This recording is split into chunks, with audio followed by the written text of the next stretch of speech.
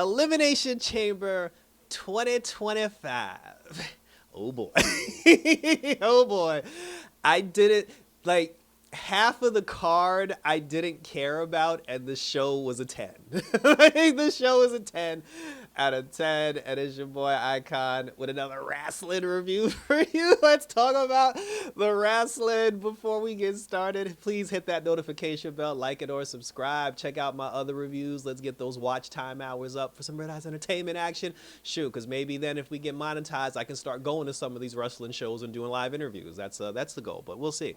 And so let's let's get this started because I have a lot to say.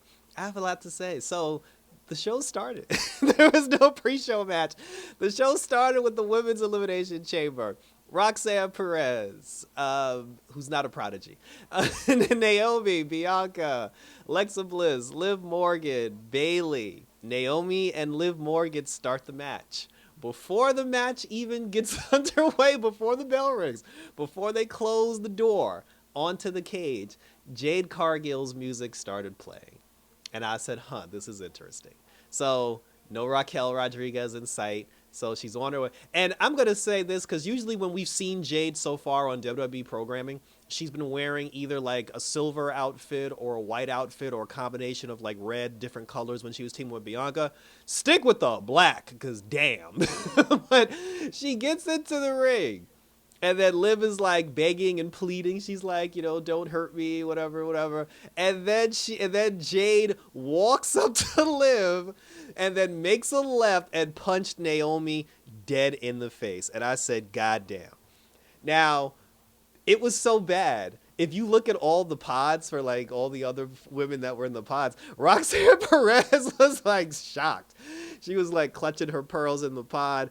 Bianca was trying to get out of the pod because she was trying to, talk to Jay. She kept screaming like, let me out of the pod. And Liv just went off to the corner and just sat in the corner.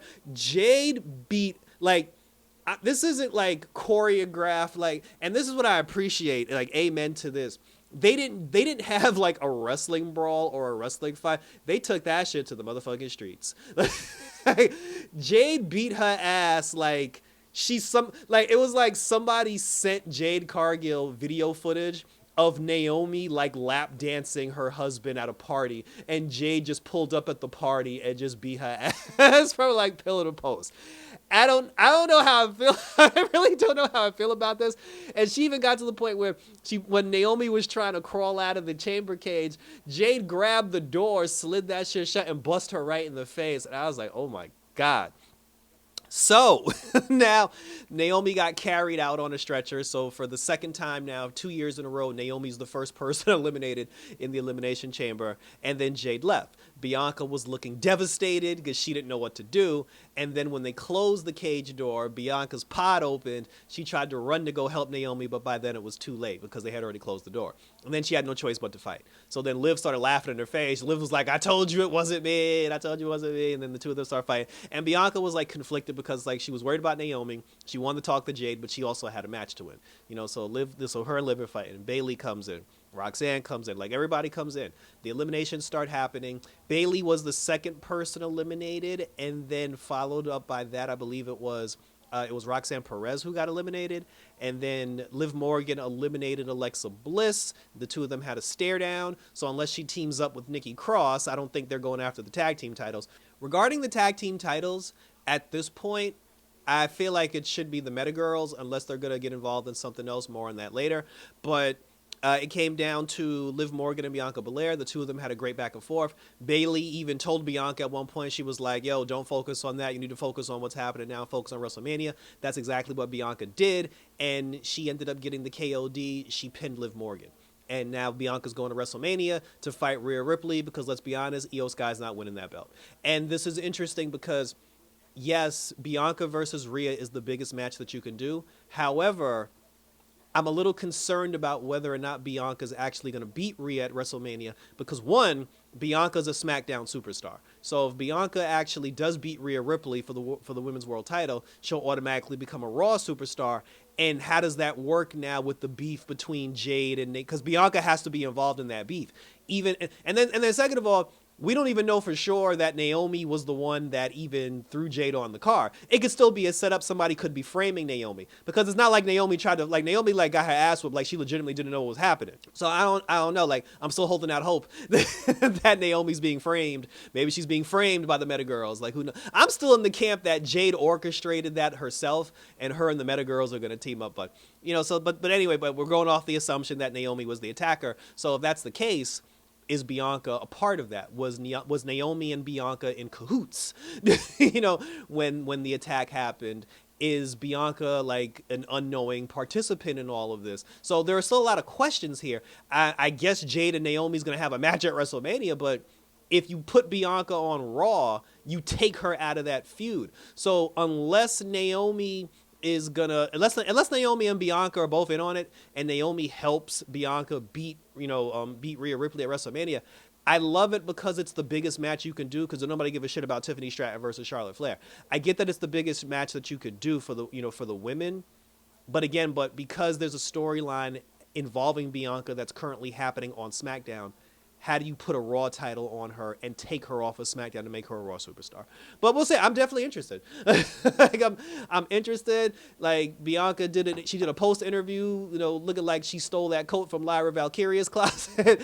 But yeah, there's a lot of explaining to do. So my hats off to everyone involved. So Naomi was a heel once before, and she was good at it. She was good as a heel. So I'm definitely looking forward to seeing. I just want answers. Like, I'm excited, and I just want answers. Like I love the Raw, Netflix, and all, but SmackDown looked like it's shaping up to be the show right now. So like I said, that was it, and we're moving on to the next match. Second match, I didn't give a damn about. It was Trish Stratus with Tiffany Stratton versus Nia Jax and Candice LeRae. I like Candice LeRae because she plays her part perfectly. She's like that snooty, like snotty, stuck-up, bitchy friend that hides behind the big. Like, she talks all the shit and then hides behind Nia Jax.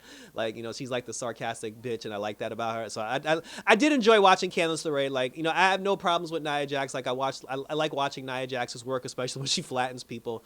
It was nice. They were in Canada. It was nice to see Trish in Canada. Don't nobody give a damn about no Tiffany Stratton. Anyway, Tiffany and Trish won. Yay. We're moving on. So the next match I also didn't really care too much about, but there was a surprise twist at the end. Kevin Owens versus Sami Zayn. Sami Zayn never wins against Kevin Owens. So like that's part of the reason why I didn't care. I'm like, every time Kevin Owens and Sam, whether Sammy, I think he beat him maybe like once, and I don't even think he beat him in NXT. So like every time the two of them fight, Sammy never wins. So I'm just like, why would this be like? Sami Zayn's never beaten Drew McIntyre, and he's never beaten Kevin Owens. So like, unless they had a match I'm forgetting about.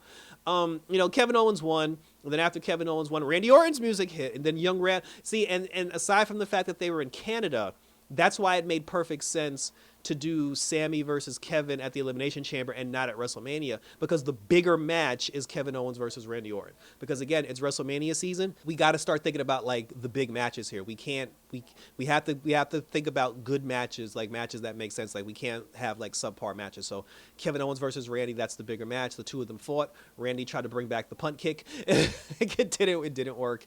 And so now there's going to be beef, and it's going to be Randy Orton versus Kevin Owens at WrestleMania.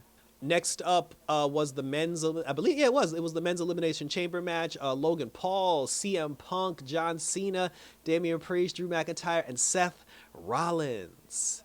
Oh boy. So John Cena was there. He didn't start the match. It was actually Drew and Seth who started the match. Drew got pinned first. Priest got pinned second.